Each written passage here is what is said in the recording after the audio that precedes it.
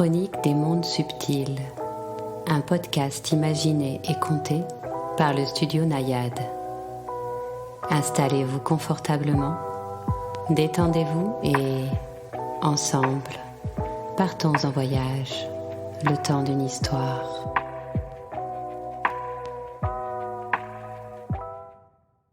Le nouvel élément. C'était le milieu de la nuit, mais la chaleur était étouffante. Il avait cherché le sommeil durant des heures dans son lit, tournant dans sa tête leurs découvertes des derniers jours, sans parvenir à leur trouver du sens. Il s'était finalement levé pour venir poursuivre ses recherches dans le labo. Une brise nocturne fit tanguer le bateau et son verre d'eau glissa le long du bureau. Georges le rattrapa avant qu'il ne tombe, s'arrachant à sa lecture. Il jeta les quelques feuilles de papier qu'il tenait à la main sur son bureau en laissant échapper un soupir. Quelque chose n'allait pas. Quelque chose d'anormal dans la composition de l'eau de la rivière. Certaines bactéries s'y trouvant toujours avaient disparu et une autre, inconnue, était apparue. Cela faisait plusieurs jours qu'il tentait d'élucider cela avec James, mais ils avaient beau tourner l'énigme dans tous les sens, ils ne trouvaient rien qui puisse l'expliquer. Ils avaient pourtant à leur disposition du matériel d'une grande précision, mais qui ne leur était d'aucune utilité pour analyser des choses qui n'étaient pas censées exister. Soudain, Georges entendit du bruit sur le pont du bateau. Il posa son crayon sur le bureau et ouvrit la porte du laboratoire en tendant l'oreille. Il entendit les ronflements de James, en provenance de la cabine voisine, ceux du cuisinier et du capitaine venant du pont d'en dessous, les bruits de la forêt et le clapotis de l'eau sur la coque du bateau. C'est tout. Il resta un moment immobile, tendant l'oreille, mais il n'entendit plus rien. Il n'avait jamais aimé la nuit dans la forêt. Lorsqu'ils étaient arrivés, un mois plus tôt, il s'enfermait dans sa cabine sitôt la nuit tombée, tant le noir et les bruits de la forêt l'angoissaient. Il lui suffisait d'observer la silhouette des arbres et d'écouter le vrombissement qui s'en dégageait pour se sentir cerné par l'invisible, l'inconnu, le danger. Avec le temps, cependant, cette peur s'était allégée. Il avait croisé son lot d'araignées, de grenouilles aux couleurs fantastiques, d'insectes immenses et de serpents. Il avait admiré des oiseaux de toutes les tailles et de toutes les couleurs. Ils avaient même aperçu un caïman noir, depuis le pont où ils avaient pris l'habitude de s'asseoir le soir, après le repas. Le brouhaha nocturne, il avait fini par l'oublier et circulait désormais sur le bateau, de jour comme de nuit, sans plus y prêter attention.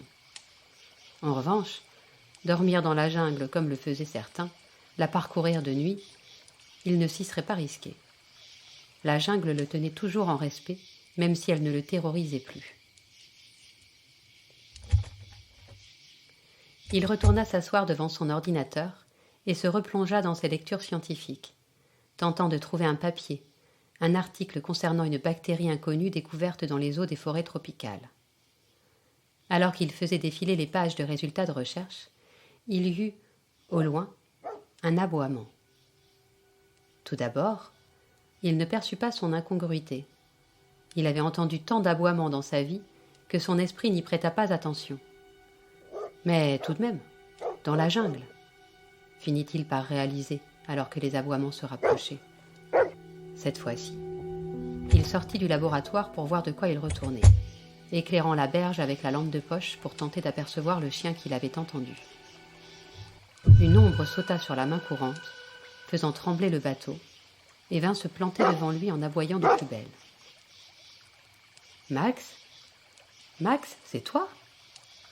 Pour toute réponse, le chien aboya à nouveau, comme son chien Max le faisait pour lui demander de jouer avec lui. Il l'observa sous toutes les coutures, la couleur, le collier, les yeux, l'attitude. Oui, c'était bien Max, son chien. Il resta un moment, les bras ballants, puis il le prit dans ses bras en lui demandant d'où il venait et ce qu'il faisait là, à des heures de marche du premier village. Il regarda partout autour d'eux, s'attendant à voir quelqu'un avec lui.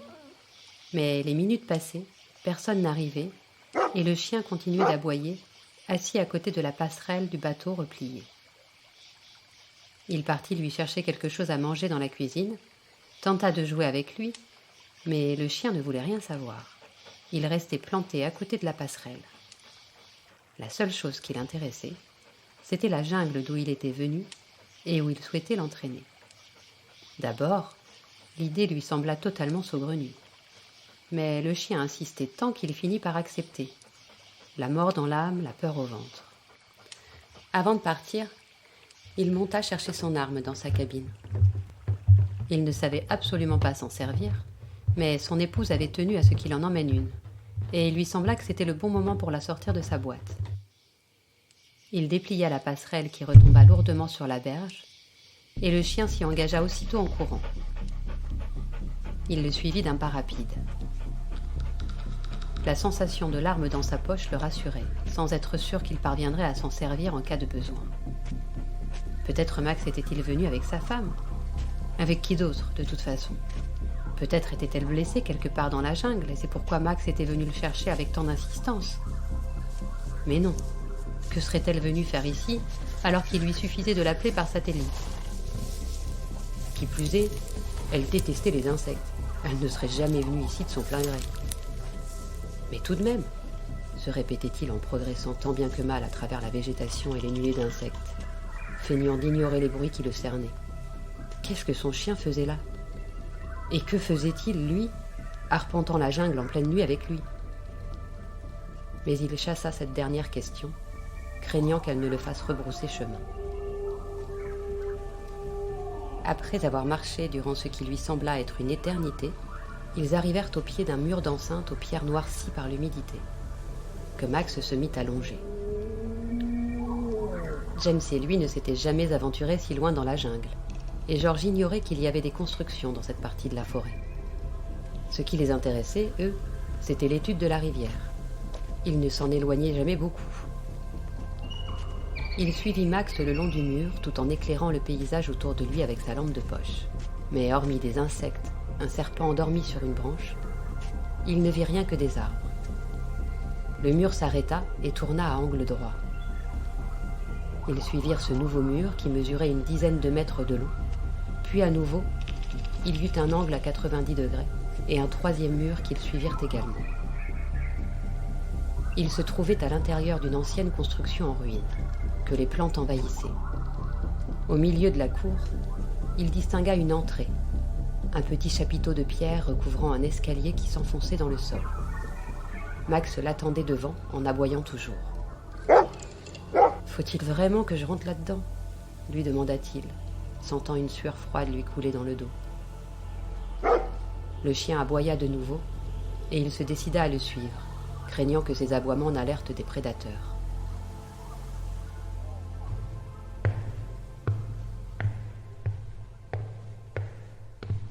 L'escalier était parfaitement droit et semblait n'avoir pas de fin. Il descendit des dizaines et des dizaines de marches qu'il compta machinalement, perdant la notion du temps. Enfin, lorsqu'il arriva à la 222e marche, l'escalier déboucha sur un vaste paysage au ciel rosé et aux vastes landes recouvertes d'une herbe jaune pâle. En contrebas, il y avait un lac à l'eau vert émeraude. George passa sa main dans ses cheveux, tournant sur lui-même perturbé. Ce qui arrivait était impossible. Il devait dormir. Il ne voyait pas comment il pouvait en être autrement. Dans la réalité, on ne suivait pas un chien en pleine jungle jusqu'à un escalier menant à un paysage fantastique. Ces choses-là, absurdes et irrationnelles, n'arrivaient que dans les rêves. C'était ça où il devenait fou. Et ça, ce n'était pas possible. Il y aurait eu des signes précurseurs. Il y a toujours des signes précurseurs. Et il n'y en avait eu aucun, il en était certain. Le chien continua à aboyer en se dirigeant vers le lac. Il le suivit jusqu'à une plage de sable argenté. L'eau miroitait sous le soleil. Le soleil. Le soleil ? Mais il faisait nuit. Ou bien était-il parti si longtemps que le jour était désormais levé ? Puis il réalisa son erreur. Mais non, je suis sous la terre. L'escalier n'a fait que descendre. Mais était-ce bien certain? Mais oui, enfin, bien sûr que c'était certain. Oui, mais alors, que faisait ce soleil sous la terre? Et ce lac? Ce ciel rose? Il eut soudain du mal à respirer. La panique le gagna, et il s'assit sur un rocher. Allons, allons, inutile de paniquer. Il rêvait. Il rêvait, point. Sur le rocher, à côté de l'endroit où il s'était assis, il aperçut une petite boîte en bois. Il l'ouvrit et trouva à l'intérieur de nombreuses fioles vides. Le chien aboya à nouveau en le regardant. « Très bien, se dit-il, s'il s'agit d'un rêve, voyons ce qu'il a à m'apprendre. » Il prit une fiole dans la boîte et s'approcha de l'eau. Il s'apprêtait à la plonger dedans pour la remplir, puis hésita. Il se rappela ce film, vu quand il était enfant, dans lequel le lac d'une planète étrange était en fait un lac d'acide. Mais si c'était un rêve, se rappela-t-il, il ne risquait rien. Prudent, il se pinça d'abord et constata qu'il ressentait bel et bien la douleur. Il prit alors un brin d'herbe et le laissa tomber dans l'eau, dans laquelle il s'enfonça sans que rien ne se passe. Enfin rassuré, il plongea la fiole et la remplit. Une fois dans la fiole, l'eau était absolument pure et transparente. D'où venait la couleur émeraude du lac? Il en observa plus attentivement le fond et crut discerner, à travers les reflets, des pierres de couleur vert émeraude que le soleil faisait scintiller. Le chien s'était éloigné en aboyant. Il se dirigeait désormais vers un ponton auquel était accrochée une barque, à quelques dizaines de mètres de la plage. Il soupira, prit la boîte de bois remplie de fioles avec lui et le suivit jusqu'à l'embarcation. Depuis le bout du ponton, les pierres étaient encore plus visibles. Elles tapissaient littéralement le fond du lac, où des poissons de toute taille et de toutes les formes nageaient. Les mêmes que ceux de la rivière, il les reconnaissait, mais nageant dans une eau translucide qui permettait de les observer comme jamais il n'aurait pu le faire là-haut. Le chien était déjà dans l'embarcation, attendant. Il descendit le rejoindre, détacha les amarres et rama jusqu'au milieu du lac. En réalité, il n'était nul besoin de ramer. La barque savait exactement où aller. Du moins, c'était la sensation qu'il avait. Et cela le renforça dans sa conviction qu'il s'agissait là d'un rêve. Il ne pouvait détacher son regard des fonds lacustres. Il n'avait jamais rien vu de tel. Sous sa frêle embarcation, dans une eau parfaitement translucide, profonde d'une dizaine de mètres, il pouvait voir des piranhas, des anacondas, des jacarés, nageant paisiblement au milieu de bateaux. Il vit même un lamantin, si difficile à observer dans le fleuve. Personne n'attaquait personne, ne mangeait personne. Aucun n'était agressif, ni même à l'affût. En levant les yeux pour observer les berges du lac, il constata que de toutes parts, elles étaient recouvertes d'une herbe douce qui s'agitait dans la brise. Il n'y avait nulle trace de végétation tropicale, seulement quelques arbres dans lesquels volaient quelques oiseaux, qui n'avaient rien à voir avec ceux de là-haut. Pas de singes non plus, ni même d'insectes. La seule chose qui lui rappelait l'Amazonie, c'était la faune aquatique. À plusieurs reprises, l'embarcation s'arrêta au milieu du lac et le chien aboya. Chaque fois, il plongea l'une des fioles dans l'eau et la remplit. Puis la barque le ramena jusqu'au ponton. Max et lui en descendirent, et le chien l'entraîna jusqu'au passage d'où ils étaient arrivés, avec son escalier s'enfonçant dans l'obscurité. Ils quittèrent le paysage étrangement lumineux pour entrer dans le couloir sombre et remonter à la surface. À nouveau, il compta les marches en progressant dans le noir pendant de longues minutes, avant de déboucher dans la jungle où la nuit était toujours aussi dense. Un frisson le parcourut quand il déboucha dans l'enceinte des ruines, mais il n'eut pas le temps de s'attarder dessus, Max ayant déjà repris la direction du bateau. Le chien, se dit-il soudain, n'avait pas montré de signe de peur depuis le début de leur excursion. Pourtant, Max était bien l'un des plus grands trouillards qui lui ait été donné de rencontrer. Mais ici, dans la jungle, il le découvrait intrépide, sachant exactement où il allait. Parce que c'est un rêve, se souvint-il. Il fallait néanmoins rejoindre le bateau sans se faire mordre ou dévorer par je ne sais quelle bestiole tapie dans l'ombre. Il finit par apercevoir la lumière du pont, qu'il avait laissé allumer avant de partir. Il accéléra le pas derrière Max, et tous deux furent bientôt sur le bateau, sains et saufs.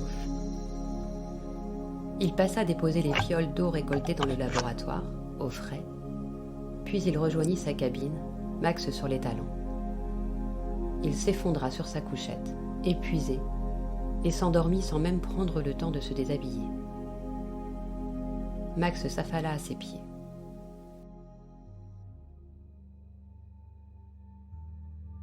Il s'éveilla en sursaut alors que le soleil était déjà haut sur la rivière.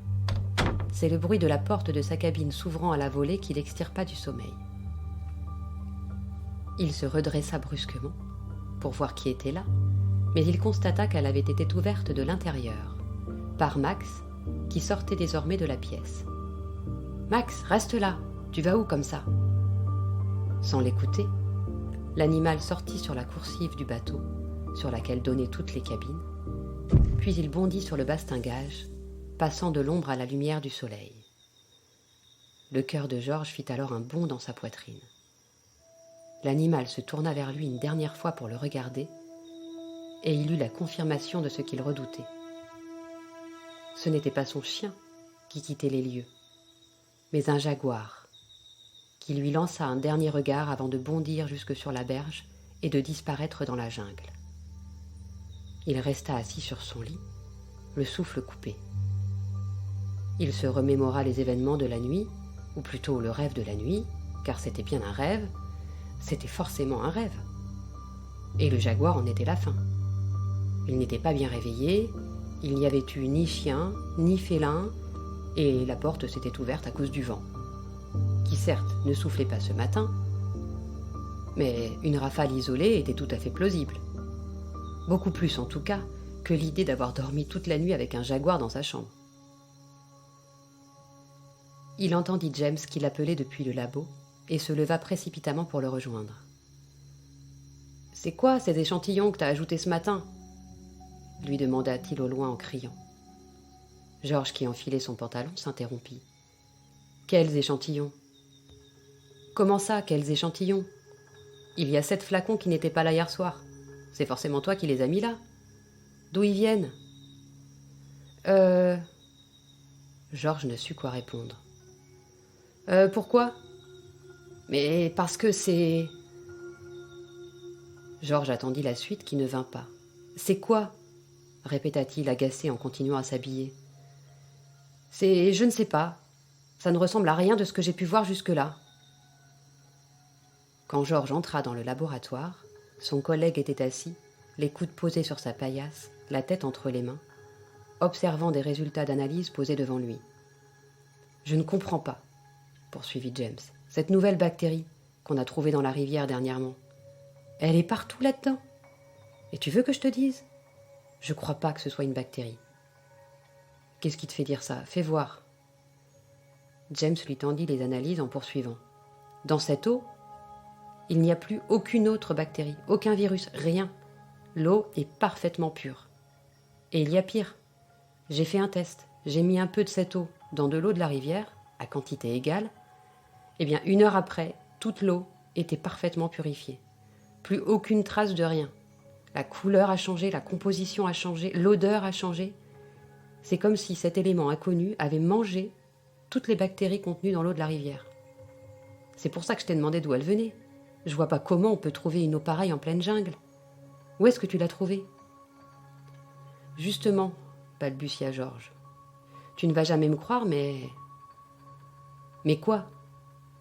Eh bien, j'étais en train de travailler quand j'ai entendu... Non, il ne pouvait pas lui raconter cela. James ne le croirait jamais. Il le prendrait pour un fou et c'en serait fini de sa carrière. Il fallait trouver autre chose. Quelque chose de plus crédible que la vérité. J'en sais rien. affirma Georges. « Je ne les ai pas mises là, je t'assure. Mais j'ai entendu du bruit sur le pont cette nuit. Quelqu'un est peut-être venu les déposer. » « En pleine nuit? En pleine jungle? N'importe quoi, s'agaça James. « Quoi d'autre ?» demanda Georges innocemment. « Je sais pas, peut-être que tu me mens. »« James, enfin, je t'assure que ça s'est passé comme je te l'ai dit, » répéta Georges en feignant de s'absorber dans la lecture des analyses. « Si elle mange les autres bactéries, ça explique pourquoi il y en a de plus en plus dans la rivière. »« Mais il faut forcément faire quelque chose pour empêcher ça. Ça va bousiller tout l'écosystème, » s'écria James. « Mais non, pas forcément. Tu dis toi-même que ça donne une eau parfaitement pure. En quoi c'est un problème ? Mais les écosystèmes existants ne sont pas conçus pour survivre à la pureté, » insista James. « Tout sera détruit. »« Qu'est-ce que t'en sais ? Tout sera transformé, c'est tout, » rétorqua Georges, qui ne pouvait parler à James de ce qu'il avait vu dans le lac. « Et toi, qu'est-ce que t'en sais ? Et si ça se propage dans toute la rivière, jusqu'à l'océan, s'affola James, si ça se répand dans la forêt et que toutes les espèces disparaissent, que les arbres meurent ? » « Oh, de toute manière, tu veux faire quoi ? » lui demanda Georges avec un rire moqueur. « Je sais pas, l'arrêter, la détruire, » lâcha James comme si c'était une évidence. « Mais surtout pas, enfin. De toute façon, qu'est-ce qui te fait dire que c'est même possible ? » « Bon, il faut prévenir le centre, » trancha James. « Il faut leur faire part de cette découverte. On a besoin de plus de matériel et de personnel aussi. »« Tu paniques, arrête, » le coupa Georges. « Laissons-nous jusqu'à demain, d'accord ? Faut qu'on fasse plus d'expériences, qu'on recoupe les données. »« Jusqu'à demain, c'est tout, » le coupa James. Georges passa la journée à répandre des échantillons d'eau purifiée dans la forêt pour en observer les effets. Les nervures des feuilles sur lesquelles il en renversait s'éclairaient de l'intérieur. Cela se répandait rapidement aux autres feuilles, puis à l'arbre tout entier. Les flaques d'eau saumâtre devenaient translucides, parfaitement pures, en quelques minutes. Les oiseaux y buvaient, et il lui semblait qu'eux aussi changeaient de couleur. Mais peut-être était-ce un effet de son imagination. Le lendemain matin, à l'aube, il entendit un hélicoptère approcher, et il sut que James n'avait pas respecté leur accord. Il s'habilla à la hâte et sortit pour voir l'engin larguer 2 militaires et le directeur du centre de recherche pour lequel il travaillait. Il apprit qu'un bateau était en route et arriverait 2 jours plus tard. Le but des nouveaux venus était clair et ils leur en firent part. Ils voulaient préserver des échantillons de la bactérie, détruire tout le reste. Il leur avait signifié que leur travail ici était terminé. L'armée prenait la relève. Ils devaient tout de même rester sur place jusqu'à l'arrivée de l'autre bateau, leurs hôtes n'ayant pas d'autre hébergement. James et Georges en prirent bonne note, mais, contrairement à James, Georges souhaitait avoir le moins d'interactions possible avec son supérieur et les militaires qui l'escortaient. Il poursuivit sa mission de la veille, répandre l'eau et en observer les effets. Qui pouvait savoir ce que les militaires répandraient ici pour venir à bout de ce qu'ils considéraient comme une menace ? Mais une chose était sûre, plus ils répandraient de cette eau, moins leur stratégie risquait d'aboutir. Qui plus est, pressentant ce qui arriverait une fois les renforts parmi eux, il avait fait en sorte de purifier de nombreuses bouteilles d'eau qu'il avait camouflées sous son lit dans sa cabine. Il en avait prévu suffisamment pour en répandre tout au long du voyage et même chez lui, dans sa ville, une fois arrivé. Il pensa, en marchant dans la jungle, en observant les arbres changer, les plantes s'illuminer, il pensa au sens, à la raison de ce rêve qui, il le savait mais ne pouvait se résoudre à l'admettre, n'en était pas un. Toute cette eau venait d'en bas.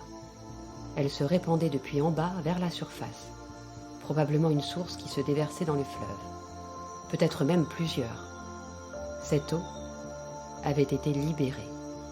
C'était comme ça qu'il le voyait. Libérée. Par quoi ? Par qui ? Pourquoi ? Comment ?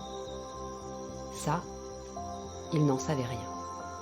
Mais il ne partageait pas l'inquiétude de James et des militaires, persuadés d'avoir affaire à une menace de premier ordre.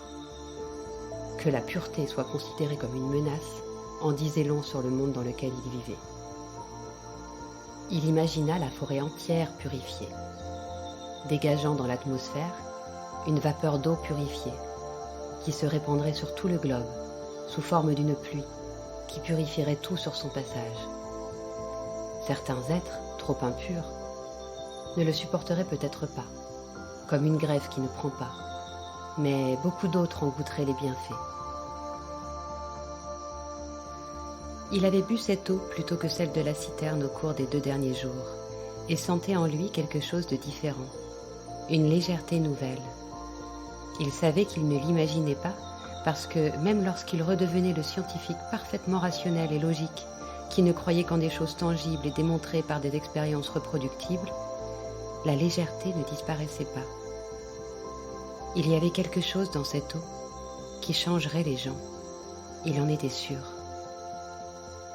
Et si on changeait les gens, on changeait le monde. Le bateau de l'armée arriva le lendemain après-midi, alors que Georges arpentait encore la jungle, versant de l'eau, observant et prenant des notes. Il entendit au loin James l'appeler. Il rangea les fioles dans sa poche et le rejoignit. « Tu fais quoi ? On t'attend !»« J'arrive, » fit Georges en feignant l'insouciance. « Tu fais quoi tout seul dans la jungle toute la journée ?» lui demanda James alors qu'ils rejoignaient ensemble le bateau. « J'observe. »« T'observes quoi ? » ?»« Les changements. »« Enfin, mentit-il, pour l'instant il n'y en a pas. D'ailleurs, je pense qu'on s'inquiète pour rien. On devrait laisser les choses se faire naturellement. L'ordre naturel des choses reprendra le dessus, comme il le fait toujours. Si on intervient, on va tout détraquer. »« Pourquoi tu me dis ça à moi ?» demanda James. « Tu crois que mon avis a un quelconque intérêt pour eux ? Ou le tien ? Ils s'en foutent de ce qu'on pense. Tout ce qu'ils veulent, c'est qu'on dégage. Et tu sais quoi ? Ça me va. On n'a plus rien à faire là. » Alors que le bateau était en vue, James arrêta Georges de son bras. « Et arrête de mettre cette eau partout. T'as aucune idée des effets que ça peut avoir. » Georges repoussa le bras de son collègue et se remit en marche sans répondre. Il ferait ce qui lui semblait juste.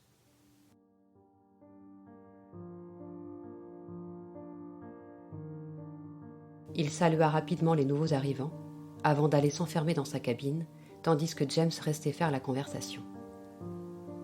Georges détestait les militaires. Il les trouvait arrogants et pas intelligents. Il avait dit cela à table, lors d'un repas de famille quelques mois plus tôt. Sa nièce s'était mise à rire. Quand il lui avait demandé ce qu'il y avait de si drôle là-dedans, elle lui avait répondu que c'était ce que son père disait des scientifiques. Il s'était fâché. Pas intelligents, les scientifiques ? Sûrement pas. Arrogants, probablement, parfois. Mais c'était parce que, justement, ils étaient très intelligents. Sa nièce avait ri de plus belle et avait répondu. Les scientifiques ont des cerveaux qui fonctionnent bien, mais ça ne fait pas d'eux des gens intelligents. De même, un ordinateur sait faire des calculs très complexes et stocker beaucoup d'informations. Mais il n'est pas pour autant intelligent. Et puis, sans vouloir te vexer, quand on est arrogant, on n'est forcément pas intelligent. Parce que quelqu'un de vraiment intelligent sait que, peu importe l'étendue de son savoir et de ses connaissances, ce n'est rien à côté de tout ce qu'il ignore encore. Et ça, tu vois, ça force l'humilité, normalement. Tout ce que je sais, c'est que je ne sais rien, dit le sage, avait-elle conclu fièrement, avec un sourire des plus agaçants. Il avait coupé court à la conversation.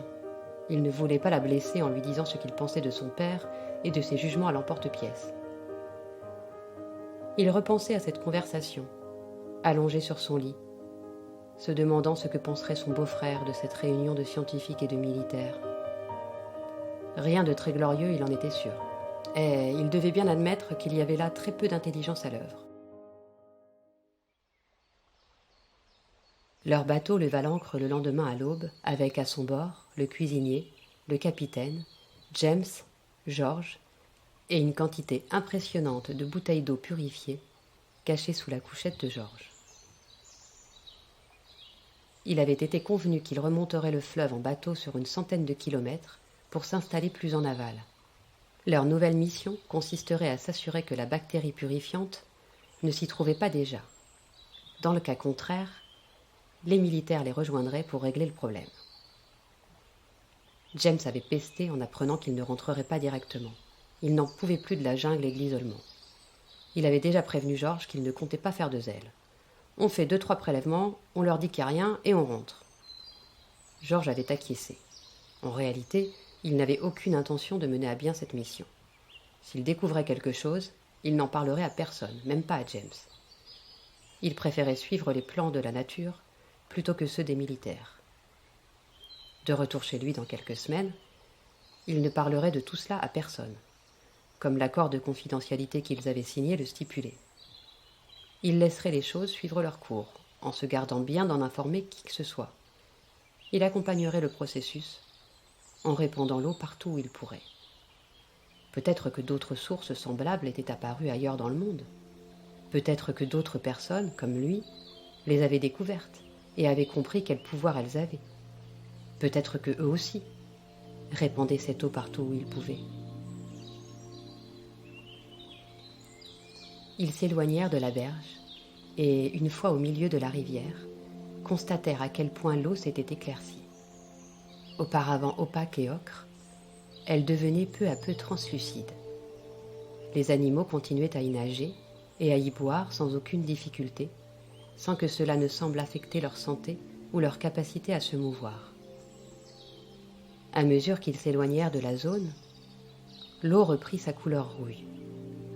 La frontière entre les deux était presque nette, mais il était évident que l'eau claire progressait, et sur les berges, la végétation s'en ressentait déjà.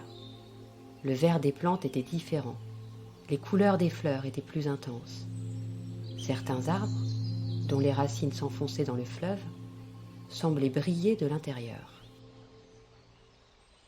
Au loin, sur le pont du bateau des militaires, on voyait des silhouettes s'activer, sortant et raccordant de grands tuyaux qu'ils comptaient remplir de je ne sais quelle substance toxique, supposée éradiquer la bactérie purifiante. Tout ceci était parfaitement inutile. Leurs engins de mort ne viendraient jamais à bout de cette pureté. Ils ne découvriraient jamais le lac, encore moins l'endroit par lequel cette eau remontait des entrailles de la terre, et, il en était absolument certain, aucun chien ni aucun jaguar ne viendrait pour les y aider. Un bruit dans un arbre attira son attention. 2 quetzals s'élevèrent au-dessus de la canopée, rouge et vert dans le ciel bleu.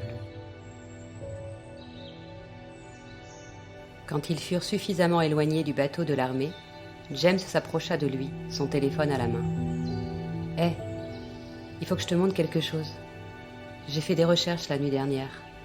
C'est pas exactement des recherches scientifiques, mais... » George, intrigué, regarda l'écran avec lui. D'abord, il y eut un journal en langue espagnole. Au Chili, dans le désert d'Atacama, où pas une goutte de pluie n'était tombée depuis 11 ans, de l'eau était apparue. Elle était sortie du sol, on ne savait comment, formant une sorte de lac. James passa à une autre vidéo. Au Mexique, des pluies étranges étaient tombées dans le Chiapas. Les habitants expliquaient que cette pluie avait accéléré la croissance du maïs. On voyait les enfants danser sous la pluie, la tête levée vers le ciel. On passa ensuite au lac Baïkal, en Sibérie, dont les eaux inquiétaient les scientifiques car elles ne gelaient plus. L'hiver était pourtant bien avancé, mais la glace n'était toujours pas apparue. Enfin, du bleu du lac Baïkal, on passa aux eaux de la mer morte, dans laquelle de la vie était apparue, sous forme d'algues d'un vert bleuté. James continua à faire défiler ses vidéos. George retourna s'accouder au bastingage. « Tu crois que tout ça, ça vient de là, d'ici ?» demanda James. « Non, pas déjà, » lui répondit George. « Non, je crois que ça se produit à plusieurs endroits en même temps, et que personne ne peut arrêter ça. »